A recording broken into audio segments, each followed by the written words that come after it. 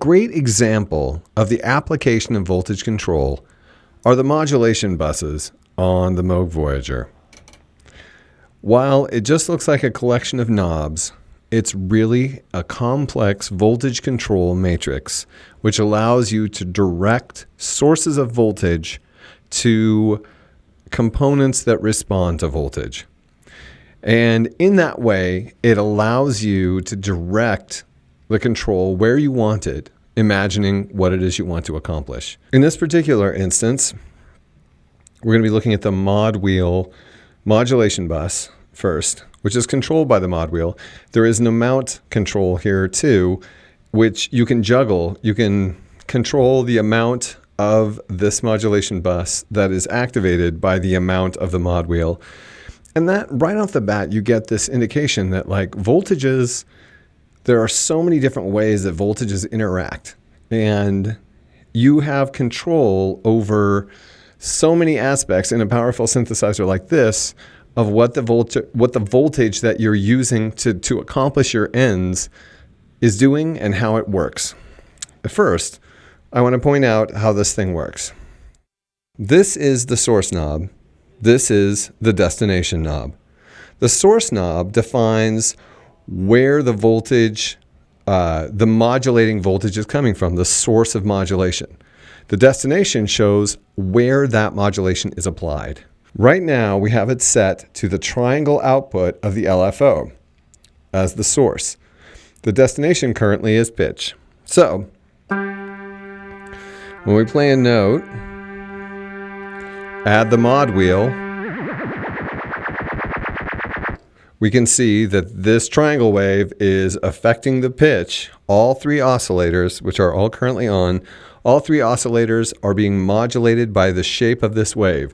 Here we'll slow it down and you'll be able to hear the triangle of the triangle wave.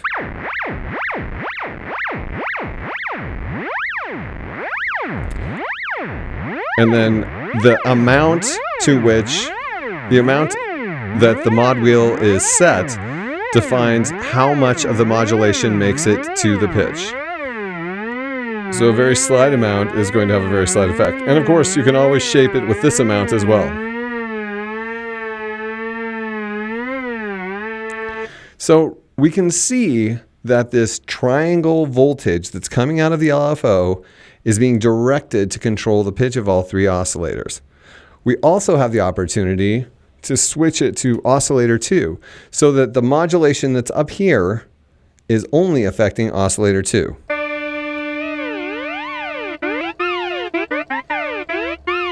You can hear that the other oscillators, oscillators 1 and 3, are not affected by the modulation, but oscillator 2 is.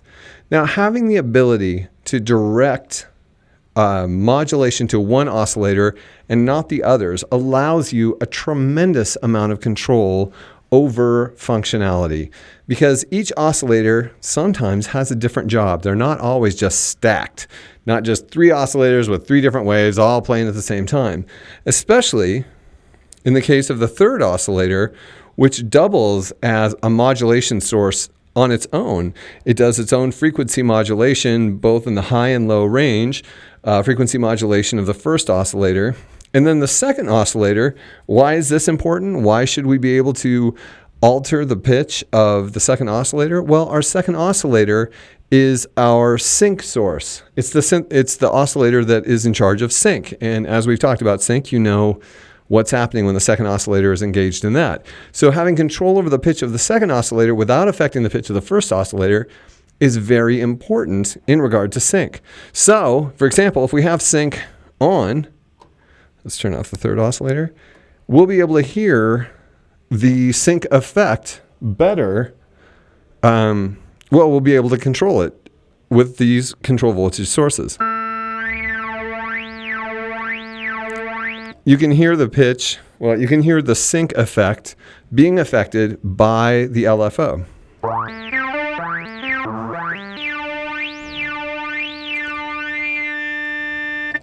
And that is how, we can see directly how having the ability to choose a modulation source and direct it where you want it to go can allow you to create the sounds that you want using control voltage.